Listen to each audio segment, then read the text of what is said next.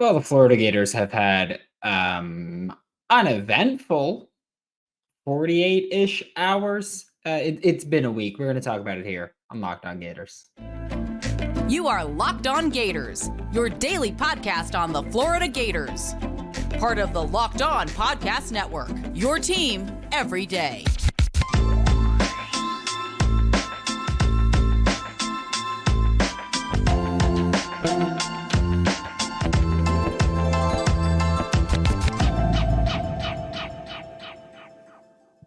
Hello and welcome back to another episode of Locked On Gators, part of the Locked On Podcast Network, your team every day. Thanks for making Locked On Gators your first listen of the day. Every day we are available daily and free wherever you listen to podcasts. Happy Friday. I'm Brandon Olsen. Find me on Twitter at WNS_Brandon. Find all my written work with Whole Nine Sports Giants, enter NFL 33. Download the Game Time app, create an account, use code Locked On College for $20 off your first purchase. Before we talk about it, anything really, I do want to say we will have an episode on Monday, Christmas Day. It will come out. We will next week is business as usual for us on the show, but I do wish you a very Merry Christmas if you celebrate that. Happy holiday, whatever it may be. If you're part of the subtext group, then you've known some of the information that's going to be shared in today's show. If you're not and you want to be, it's joinsubtext.com/LockedOnGators. If you have a Gators fan that you want to share that to, you can apparently gift that. Someone said that they did that in the subtext group. I didn't know that was a thing, but they did it. And that's that. But we're going to talk about early signing period, which is still technically going. But as always, most of the action happens day one. For the Florida Gators, a lot of your action did happen day one. I think the biggest wins have to be keeping DJ Lagway and LJ McCray. Like, this is a class that at certain points looked like it could be rumbling, tumbling, stumbling, and bumbling down. But you kept DJ Lagway, who's the number 4 player in the country. You kept LJ McCray, who's the number 6 player in the country. You got 2 top 6 players on your team, 2 top 10 players, even if you want to widen it a little bit. And then after that, you don't have anybody in the top 80. Your next highest rated kid is Miles Graham at 81, which we'll talk about that situation a bit later, but we won't go too into detail because, frankly, none of my business and I don't know all the details, so I shouldn't have an opinion on it. But for me, I think the biggest wins have to be keeping DJ Lagway. You kept the arguably best player in the country at the most important position in football. So for DJ Lagway, that's a huge bonus. You can keep a guy like that in your class. That's huge. Also, sorry, just to get sidetracked real quick, or not to get too sidetracked. Nobody caught the Chief Keef reference in yesterday's episode of Locked On Gators, and I'm gravely disappointed in you. I just want to get that one out there. But keeping DJ Lagway is huge for Florida. Like, this is a recruit so big that I know that a lot of people are like, oh, fire Napier, do whatever. He's a recruit so big that people have said all of the things that have happened in Gainesville. Keep DJ Lagway, keep your job. Lose Lagway, burn it down. Like that's how important DJ Lagway is. And when DJ Lagway committed in early December, I think it was, December 7th, I think it was, 2022, when he committed, we went on this show and it was just like, this is the arguably biggest commit for the Florida Gators since Tim Tebow. Like, it was just a massive commitment at quarterback. And that's not a thing where Florida has really knocked it out of the park. But I do think that with DJ Lagway, you have someone who you can build an offense around completely. So I think keeping DJ Lagway was a big one. Keeping LJ McCray, again, is another big add here. And the subtext people learned this yesterday when I learned it. But I think we found the reason that, or I have reason to believe that LJ McCray was waiting for the D-line coach to be hired before signing, and that's why it was postponed. Because what I was told was the way that things were going on the Auburn side of things, which is obviously the other school recruiting LJ, was that he wanted to play Jack or wants to play Jack, and Florida has told him they will play him at Jack, at least start out there.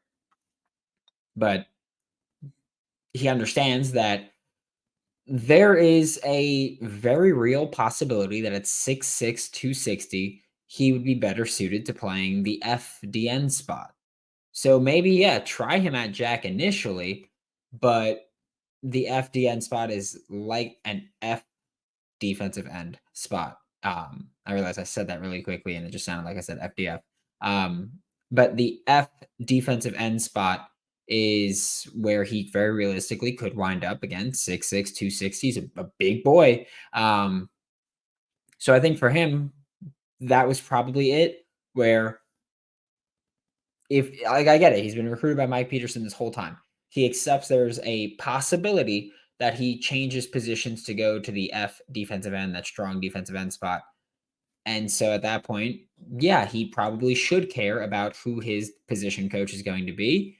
The hire was announced and he signed. So as far as I'm concerned, you have LJ McCray. Like he's cool with the hire, which again, this is one of those times where if he's cool with it, I'm cool with it. So for me, DJ, LJ staying have to be the biggest wins. I think another big win is completing the flip of Jaden Baugh, adding Gregory Smith III, because this was a class that lost quite a few kids. And so you kind of stopped the attrition a little bit there by adding Jaden Baugh and Gregory Smith III. But also looking at Jaden Baugh specifically, you weren't competing with chump change over there. You went toe to toe with Alabama to win it. And for me, that's I think for everybody, that's got to be a big win, because don't know if you guys know this, Alabama is pretty damn good at producing running backs. So beating Alabama for Jaden Baugh, and again, a lot of it came down to relationship. That we've talked about this incessantly. We will have Brian Smith on Monday's episode of Locked On Gators, where we'll talk more about it. But a lot of it came down to relationships in recruiting. And with Florida, you were in on Jaden Baugh before Alabama. You've been pursuing him heavily before Alabama. Relationships went out there for Florida and Alabama. And yeah, maybe part of it was Kevin Riley flipping from Alabama to Miami, or flipping from Miami to Alabama, which was always expected. Like even when people were like, oh, Jaden Baugh to Alabama's picking up steam, everybody that I know that was in tune to it was expecting Kevin Riley to flip from Miami to Alabama. So that was already in the equation. That was nothing new. So ideally, Alabama wanted to take Riley and Baugh and wrap it up with that. They weren't able to do that. Florida won out, got Jaden Baugh. That's a huge win there. You got all of your commits signed. Like there's nobody that's committed and not signed yet. So you have that. But Florida last year made some progress in the transfer portal after this, which is where I think they will target, which is why next week we're going to start talking heavily about the transfer portal. I've told the subtext group to let me know what positions, specific players that they want to hear about. We'll get that. Some episodes we'll be talking about a single position, the entire show, like we did last year with Keon Coleman. That was one that we did. Montana Lemonius Craig was another one. And some shows we'll be talking about player A in segment A or player B in segment B or whatever it may be. But if you want to contribute to that, just put it in the comments. Just let me know what position, what players specifically you wanted to talk about, whatever it may be. And we're going to hit the transfer portal heavy here on Locked On Gators because, well, the coaching staff needs to do that. We are about to talk about some Florida Gators losses, which sucks from the early signing period. But hey, we acknowledge the good. We acknowledge the bad. We'll get to that in just a second. Bowl season is happening right now. So wherever you live in the country, there is a decent chance that there is a college football bowl game going on near you. If you decide one day you just want to go get tickets, Game Time is the place for last minute ticket deals. The Game Time guarantee means you'll always get the best price. So if you find tickets in the same section and row for less, Game Time will credit you 110% of the difference. Snag tickets without the stress with Game Time. Download the Game Time app, create an account and use code Locked On College for $20 off your first purchase. Terms do apply. That's code Locked On College, LOCKEDON for $20 with Game Time. So download Game Time today. Last minute tickets, lowest prices guaranteed. Thanks for making Locked On Gators your first listen of the day. Every day we are available daily and free wherever you listen to the podcast. And like I said, this segment we're going to talk about biggest losses for Florida during the nationals or the early signing period. And for me, I know that Rogue tagged me in saying public perception L in the Discord. It's the public perception L. And it's also you're taking a loss if you're someone who didn't realize how bad Florida's class was going to fall. Because for weeks people were like, "Oh, like things are going to change," and I was like, "You're top 5 till you're not top 5," but they're not going to be at the end. Now you lost Morris Williams, you lost Xavier Filsaime, you lost Adarius Hayes, and you lost Isaiah Williams all in the past week. Sorry, Amaris Williams. I saw that he posted a tweet. It is not Amaris, it is Amaris Williams. So you lost Amaris Williams to Auburn. Huge ad. He was the third highest rated player in your class for Florida. He's gone. Adarius Hayes, you lost, gone. Isaiah Williams, gone. Not talking too much about Xavier Filsaime just because he left before the early signing period began. And we're talking about the early signing period, but Florida's class fell a lot. And I think that a lot of people acknowledged, oh, we're losing Amaris, we're losing Adarius. So what? We still have all these guys, but didn't take into account that the recruiting ranking was going to plummet after that. Well, that is exactly what happened. With Amaris Williams, you lost him to Auburn. I'm sure that part of it was NIL, but it was also just something where it seemed like he genuinely just didn't want to be a Florida Gator. I get it. I've also heard what he's been telling the staff forever and all that stuff, but guess what? Actions speak louder than words. Constantly visiting other places, visited Auburn, was tweeting "War Damn Eagle." I don't believe that he wanted to be a Gator. I think he wanted to be at a place that will give him NIL, attention, and all that stuff, and that just wasn't Florida. I do think Florida could have kept him. I do think that you could have made him want to be a Gator, or at least make him want to be a Gator enough to not leave the class, but they didn't do that. With Adarius Hayes, that one, I want to avoid doing the spin thing because yes, Florida did pull his scholarship offer. That is completely true. However, when Florida pulled his scholarship offer, it was when they were already losing that battle. I'm talking with my hands a lot, and I remember people used to complain about that, so I'm trying not. But with Adarius Hayes, so and I talked about this I think on Tuesday's show previewing early signing day, but for Florida and Adarius Hayes, Florida and Billy Napier is set to visit Adarius Hayes in his home a week ago today, the last day that coaching staffs were allowed to go in home and make these visits. Adarius Hayes was in that last day. Then Adarius Hayes cancels that visit and goes to Miami to visit. Okay. I've been told at that point, that was when Florida staff pulled their offer. That's when they were like, all right, we're done with it. We're done with the TikToks of where's home. We're done with the TikToks of where I'm going to go to school. We're done with I'm shutting my recruitment down and then reopening it. We're done with all that. Pull the offer. So yes, Florida pulled the offer. I know that there were a lot of Gators fans that were very upset about people reporting, oh, Adarius Hayes flipped from Florida to Miami. And it was like, well, he couldn't have gone to Florida. That's true. Only because Florida pulled the offer after they were losing. If Florida didn't pull his offer, I fully believe Adarius Hayes would have wound up at Miami anyway. It's a loss. Like you lost there. And that's okay to acknowledge because you can't win everything. We get that. It was a loss there for Florida with Adarius Hayes.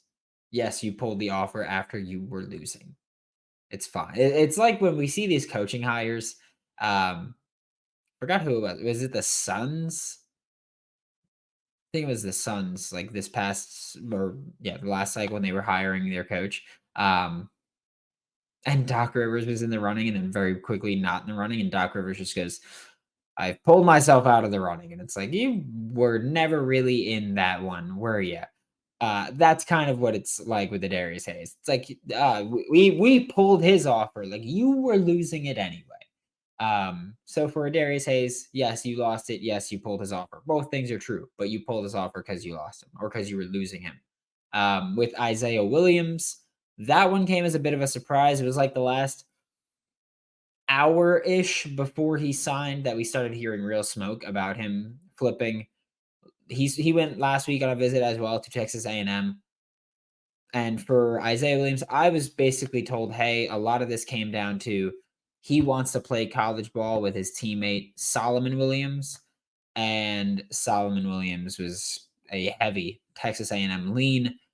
Both of them ended up committing and signing to Texas A&M on Wednesday. So that's what I was told, was that's why Isaiah Williams left, which is one of those times where I get it. You lost a kid, be mad. But at the same time, this last year, you brought in Eugene Wilson III, Aiden Mizell, and Eugene a receiver.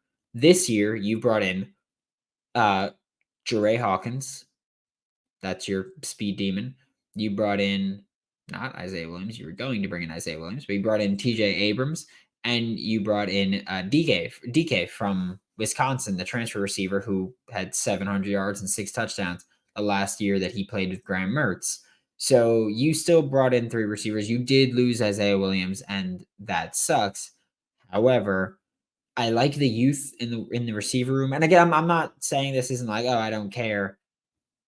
I would like Isaiah Williams in the class. Like with the Darius Hayes too, I kind of chalked it as you have Miles Graham, you have Aaron Childs, and I think that a Darius Hayes is better suited to the edge, but he was going to play off ball. So even if there wasn't the spin of you pulled the offer, I don't care too much. With the Darius, and I said it before, where the Darius thing is like, you have a girlfriend, you cancel your plans with your girlfriend to go publicly hang out with a side chick and start posting all about it. And then your girlfriend looks stupid if she takes you back. Like that's what Florida did. It's like, yeah, no, you were looking elsewhere, dude. And then Florida pulled it off. But with Isaiah Williams, I'm not too mad about it. Genuinely, I would have liked him in the class. I'm not going to be worked up if the reasoning is I want to play with my friend. My friend is going to another school. I'm going to go with my friend. I don't get too mad about stuff like that. Because for me, I don't think that that's something where it was the relationship with Billy Gonzalez. I don't think it's too much about the relationship with Billy Napier. I don't think I don't think it was really that he was unhappy with Florida. I think that his priorities were just I want to play with my friend, and my friend is going to Texas A&M. And also, both of them have an easier path to playing time at Texas A&M than they do at Florida right now, just because A&M right now went through so much attrition at high levels. So easier path, get to be with your friend. I get it. I'm upset that he's not in the class, but like I'm not mad at the reasoning or anything like that. Someone that also went to A&M from Florida during the early signing period is Jay Bateman, linebackers coach. We got to talk about that in a second. As the weather gets colder, the NFL offers stay hot on FanDuel. Right now, new customers get $150 in bonus bets with any winning $5 money line bet. It's $150 if your team wins. If you've been thinking about joining FanDuel, there's no better time to get in on the action. Bowl season's awesome. College basketball is awesome. The NFL has games consistently now. I also want to talk about FanDuel's Boost because, well, those are pretty awesome. Not going to lie to you there. With FanDuel's Boost, last night for Thursday Night Football was Puka Nacua, Cooper Kupp, and Chris Olave to combine for 200 plus receiving yards. Pretty sure they combined for 300 if you took all 3 of them. So, yeah, that one cashed. They got a pretty good hit rate. I'm just saying. Visit FanDuel.com/lockdown and kick off the NFL season. Remember that FanDuel is an official partner of the NFL. Thanks again for making Locked On Gators your first listen of the day. Every day we are available daily and free wherever you listen to podcasts. And like I said, we have to talk about Jay Bateman leaving. So yesterday morning, news came out that, hey, Jay Bateman is accepting the defensive coordinator position at Texas A&M under Mike Elko. Sean Spencer also went there. And so Jay Bateman will be leaving. I get that people were like, oh, linebackers, they didn't play well this year. We don't care. We do care because Jay Bateman, first off, linebackers, they had their moments. They had their moments. There just wasn't much depth there. But also, Jay Bateman was voted one of the best recruiters in the country this season. So, yeah, we care about losing that. Miles Graham, Aaron Childs, up until last week, Adarius Hayes. We care about losing players like that, or losing coaches like that, because we care about getting players like that. But that wasn't even the big story of Jay Bateman leaving. The big story was shortly after that news came out about Jay Bateman. Ernest Graham, Florida Gators legend, and Miles Graham's dad, so signee, tweeted, "My son was raised to understand the business as it exists, but there has been new levels of disconnect with this program that I have never, ever experienced. No calls, no communication, and the driest experience imaginable. I'm just going to start there." And there's a few ways that you could feel about that one. And for me, part of it is I do believe that a lot of it comes down to Jay Bateman. I know that reports came out like Jay Bateman didn't have a Texas A&M offer on signing day, that he got it on Thursday morning, and that's when he accepted the offer. And so that's why he didn't tell the linebacker commits, and that's why he didn't talk to parents and all that. And the story is also that Billy Napier got told that like right before he went into a meeting, I believe. And so that's why he didn't get to contact everybody. And frankly, I don't care. This is maybe Florida's biggest public perception L that we've seen, because you have a literal Florida Gators legend publicly tweeting. And an important part is that Ernest Graham said, "I'm just going to start there." That part is the part where I get very frustrated, because I am someone who I'm all about communication. I always tell people, communication's key in just about everything you do, all that fun stuff. When Ernest Graham says, "I'm just going to start there," to me, I take two things from that. One, that it is a much bigger issue than just Jay Bateman didn't communicate this properly, or Billy Napier. Like, you could be mad at Billy Napier if you think Billy Napier knew beforehand. You could be mad at Jay Bateman for not communicating, like not telling anybody, "Hey, I might be taking this job, might be leaving," whatever.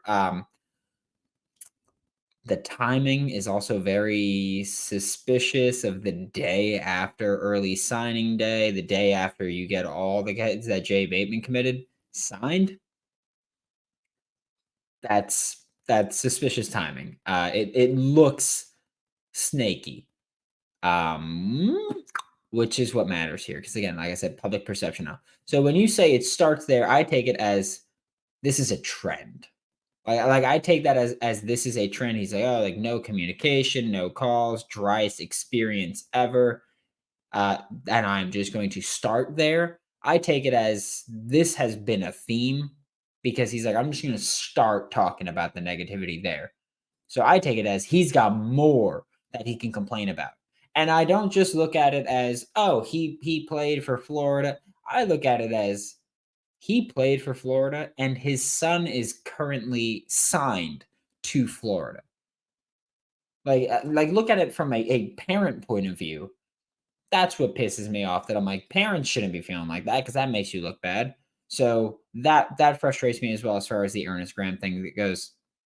but also that I feel like that's like a trickle down thing. Like that's not something where it just happens. Like bad communication just happens. I have to figure that that has to be something that comes down from the top of miscommunications.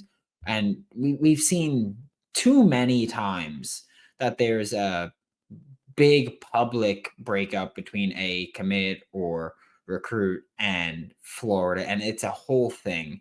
And there just needs to not be all those big deals coming from there. But with Florida, you now have a linebacker coach that you need to replace because Jay Bateman has gone. For me, there's a few names that I look to primarily as candidates, I guess we'll say. And the first one for me is Austin Armstrong. And I said this yesterday. I went live after Jay Bateman announced he was leaving, and I said, "Hey, Austin Armstrong's the first guy that I will say should go to that linebacker spot." And I think maybe the way I worded it confused people, or I didn't word it clearly enough. But I don't mean I don't mean demote Austin Armstrong. I mean Austin Armstrong at Louisiana under Billy Napier coached linebackers. I mean that Austin Armstrong, when he was the DC at Southern Miss, was the DC/linebackers coach. I mean that Austin Armstrong got hired by Alabama to be the linebackers coach before Florida brought him over. He coached safeties last year. Most of his coaching experience is with linebackers.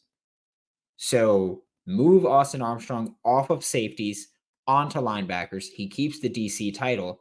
And then you have a decision to either give Will Harris all of the secondary or hire a safety coach.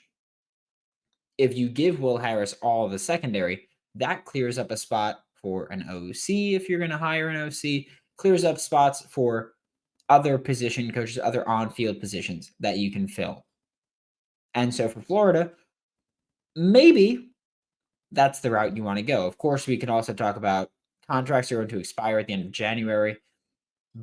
From now to then, you could see coaching changes, whether that's along the offensive line, whether that's we've seen defensive line, we've seen secondary. So you can see all those. You can bring in a special teams coach that's on field, and you can go a whole bunch of different routes with this. For me, Austin Armstrong is the number one guy that I would put into that linebacker spot, mostly because it gives you a lot of flexibility, and it's what he did. Like Nick Saban hired him to do that. I thought when he came to Florida that he was just going to be the DC over Jay Bateman. Maybe Jay Bateman moved to safeties because Jay Bateman had coached safeties prior to, like, not immediately prior, but years ago. So I was like, maybe that's what we do. But it ended up Austin Armstrong just worked with safeties there. I also look at Jamar Chaney, who was with Florida earlier with Billy Napier, and I believe he was a before Billy Napier and was a holdover when he took over there. But Jamar Chaney, and then he left this past season, prior to this past season, to go be the outside linebackers coach at Western Kentucky, so that he could be an actual position group coach, which he was a defensive analyst, I believe, or defensive assistant with Florida, and not a position coach. So he wanted to get a little bit of experience there. Bring him in. Like he was a good recruiter. He's well liked. Bring him in there, and I'm fine with it as well. If you want to make Jamar Chaney the hire. You can also look at someone like Bam Hardman, who is currently at Troy. He's been at Troy for almost a decade, and he played linebacker for Florida. So you can look at Bam Hardman. I saw that a lot of people in comments and on Twitter and even in the Discord mentioned the name Brandon Spikes. Here's the thing. One, that would be a bad hire. Because we have literally no idea what he's like as a position coach. Zero experience. It's not like, oh, he's young, he could be risky. Zero experience. We have no idea what he's like as a position coach. No idea what he's like as a recruiter. Nada. So no. Two, needs a college degree, does not have the college degree, so can't be a college coach there. So one, it'd be a bad hire. Two, it's not a possible hire right now. So for me, I'm looking Austin Armstrong, I'm looking Jamar Chaney, and then I'm looking Bam Hardman. Those are my top three. Like, those are the three I'm mostly looking at if I'm the Florida Gators for linebacker coach. But thanks so much for making Locked On Gators your first listen of the day, every day. We are available daily and free wherever you listen to podcasts. And I am just going to once again wish you all a happy holidays. Merry Christmas if that's what you celebrate. Wishing the absolute best for you and ready to finish this year strong. And I'm hoping 2024 is better for Florida Gators fans. It's hard to be worse, right? It's hard to get worse than how we ended this year. But thanks for making Locked On Gators your first listen of the day, every day. For Locked On Gators, I'm Brandon Olsen. Don't forget to follow me on Twitter at WNS_Brandon. Find all my written work with Whole Line Sports, Giants Country, NFL 33, and I'll see you all Monday.